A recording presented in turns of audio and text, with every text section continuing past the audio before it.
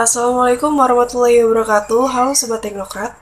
Perkenalkan, nama saya Septianingsi. Saya dari Universitas Teknokrat Indonesia, Program Studi Sistem Informasi Angkatan 2022 dengan NPM 223110888. Di video kali ini saya ingin menjawab soal UAS dari mata kuliah troubleshooting.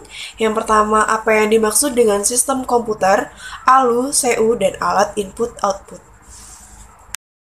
Di sini saya akan menjelaskan tentang apa itu sistem komputer, ALU, dan CU. Sistem komputer adalah sebuah sistem yang terdiri dari perangkat keras hardware dan perangkat keras lunak software yang bekerja sama untuk meroses data dan menghasilkan informasi. Sistem ini dapat digunakan untuk berbagai macam tugas seperti pengolahan data, penyimpanan data, dan komunikasi data.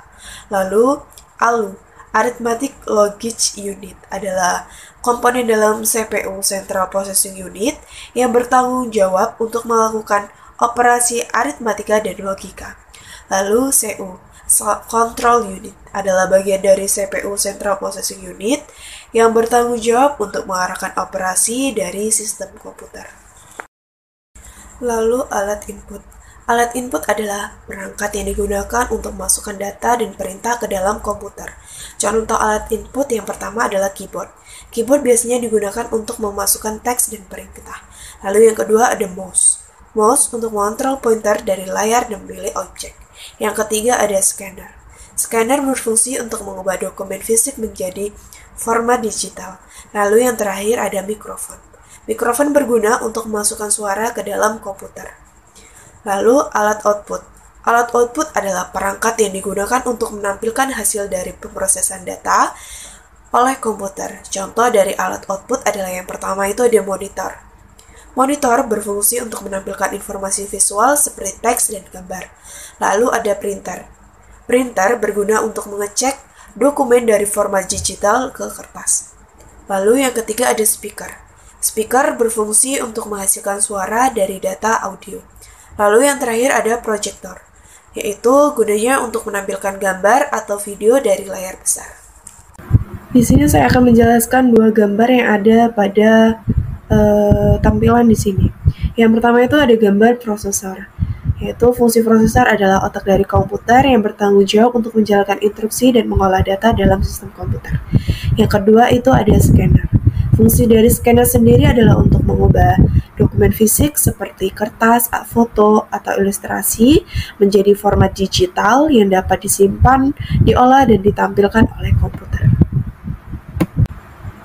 Saya akan menjawab jawaban nomor 3. Yang pertama itu ada, nomor 3 itu ada gambar not breed, lalu yang keempat itu ada gambar CPU socket, dan yang kelima itu ada gambar ID connector.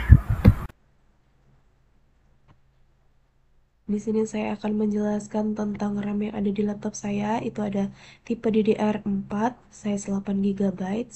Lalu untuk BIOS-nya itu bernama Lenovo version GGCN 48WWW. Lalu untuk sistem operasinya itu yang bernama Windows 11 Home Single Language 64 bit 10.0, bit 22631. Lalu dan prosesornya 11 TH Gen Intel Air Core TM i3-1115G4 underscore 3.00GHz 4 CPUS, 3.OGZAM.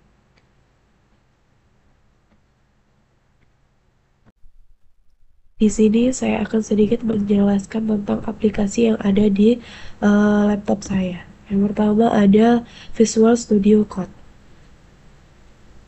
Aplikasi Visual Studio Code berfungsi sebagai editor kode sumber dengan penyorotan sintaks, penyelesaian otomatis, debugging integrasi Git, dukung ekstensi dan terminal terintegrasi. Lalu yang kedua ada aplikasi Zoom.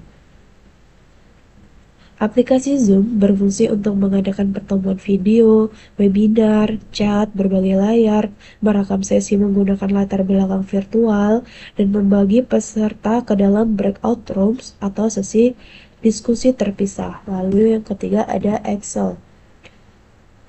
Excel berfungsi untuk membuat, mengedit, dan menganalisis spreadsheet, mengolah data, melakukan perhitungan, membuat grafik, dan menghasilkan laporan. Lalu ada Word. Word berfungsi untuk membuat, mengedit, dan memformat dokumen teks, menyusun laporan, menulis artikel, dan mengatur tata letak halaman. Lalu selanjutnya ada PowerPoint. Microsoft PowerPoint berfungsi untuk membuat, mengedit, dan mempresentasikan slide, menyusun presentasi visual, menambahkan teks, gambar, grafik, dan animasi. Lalu selanjutnya ada Sublime.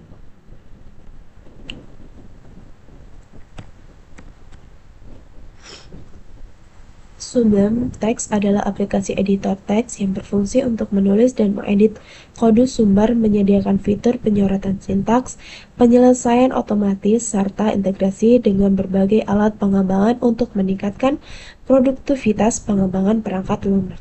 Lalu yang terakhir ada CorelDRAW. CorelDRAW adalah aplikasi desain grafis yang berfungsi untuk membuat grafik ilustrasi dan desain visual lainnya dengan fitur-fitur seperti pembuatan vektor, penyuntikan gambar, membuat layout, dan pembuatan dokumen desain.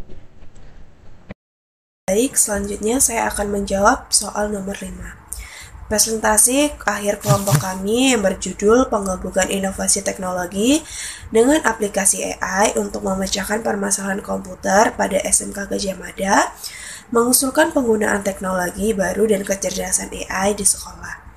Kami menyoroti manfaat untuk meningkatkan pembelajaran komputer dan menyiapkan siswa untuk masa depan yang terhubung erat dengan teknologi. Solusi ini tidak hanya memecahkan masalah dalam pembelajaran, tetapi juga memastikan siswa siap menghadapi dunia kerja yang semakin digital.